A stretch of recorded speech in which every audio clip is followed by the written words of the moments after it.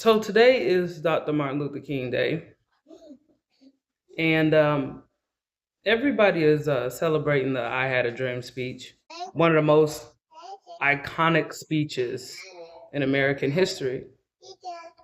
But about 4 years later, in 1967, he also had a speech called "The Two Americas." And I'd like to use as a subject from which to speak this afternoon the other America.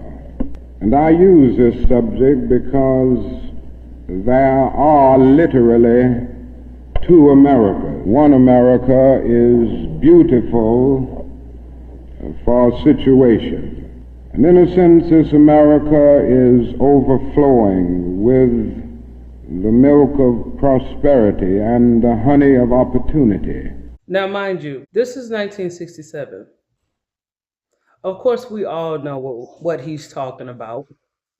During this time, there was the white America, then there was the other America. And he's going to outline the stark contrast between the two. Now, the reason why I'm really leaning on this taking place in 1967 is because in this year of this video, the year is 2026. This America is the habitat of millions of people who have food and material necessities for their bodies, and culture and education for their minds, and freedom and human dignity for their spirits. Here in the year 2026, I have yet to meet a Black person, a foundational Black American, an African American, or whatever you want to call those of us who are a part of the same bloodline that Dr. Martin Luther King came from,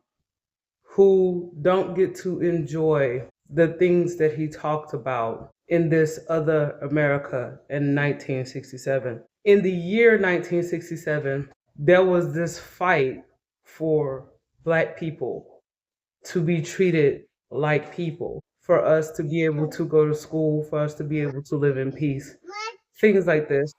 Now, I personally did not experience Jim Crow laws or any of the injustices that my foreparents had to endure. Even my grandmother, she still has horror stories. But I can tell you something else about my grandmother, is that when she hears me talk, she's very proud. When she think of all of my achievements, she boasts about them to others. So many things she wanted to do with her life, she couldn't do them because there were literally laws prohibiting her of doing such. All yet and still at the same time, I am always faced with the same people who share my history, even my own relatives, even her other grandchildren, who talk down to me because I decided that I wanted a better life. So when Dr. Martin Luther King talked about this first America in 1967, I'm grateful to say that people like me are a result of what he fought for. The fact that I can go vote and not think twice about it. The fact that I can go to any college that I want to, whether it be a PWI, primarily white institution, I think they call it, or HBCU, historically Black college university. I have choices and I have options.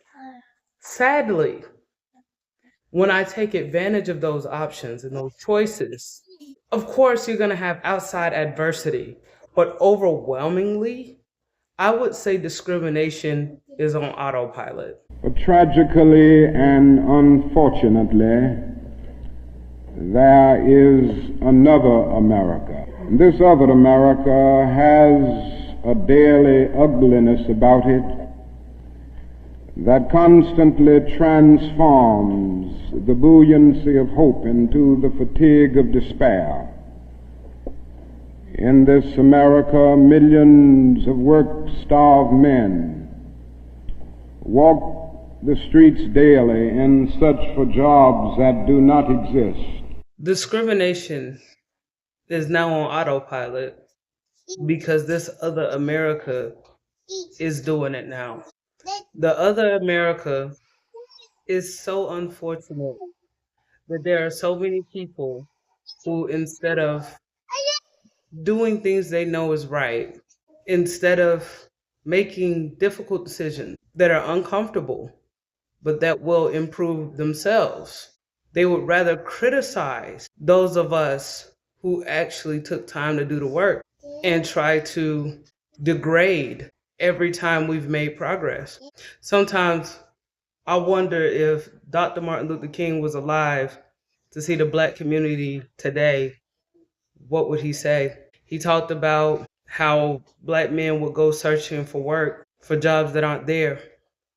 Well, I know a lot of Black men that won't get up and work. He talked about a lot of children who suffer as a result of this. In a sense, the greatest tragedy of this other America is what it does to little children. Little children in this other America are forced to grow up with clouds of inferiority. Right now, the Black community is championing being a single mother. Co-parenting has become the new norm, not because these children were born into a stable household with two married parents. No, it's because people decide they're just going to have children, and if it don't work out, oh well. I have the privilege of being raised by my family who fought so that I myself and other Black kids like me can grow up in a better America, to where I can be married to my husband and we can raise our children anywhere in this country peacefully. And if we find that we are somewhere that we don't want to be and we don't want to raise our family there, we move. We have moved. We have made changes to our lives that most likely we would not have been able to make in 1967 or 1963. And at the same time, in 2026, what we're looking at is a brand new dynamic. It's extremely tragic that my number one opposition will always be people who didn't want to do the work. I'm not intimidated by any group of people, but I have to be watchful of my own. People who say things like voting is for suckers. People who say things like getting married is just a piece of paper. It's a contract. People who say, before I stay with this person that I made a child with, I'd rather just pay child support, bring great shame to the people who fought before us, before our generation. They bring great shame to Martin Luther King Day.